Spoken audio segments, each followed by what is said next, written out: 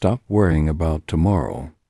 Bills, food, job security, the future.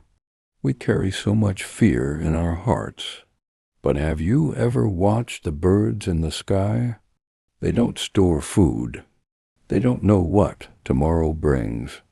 Yet God feeds them every single day.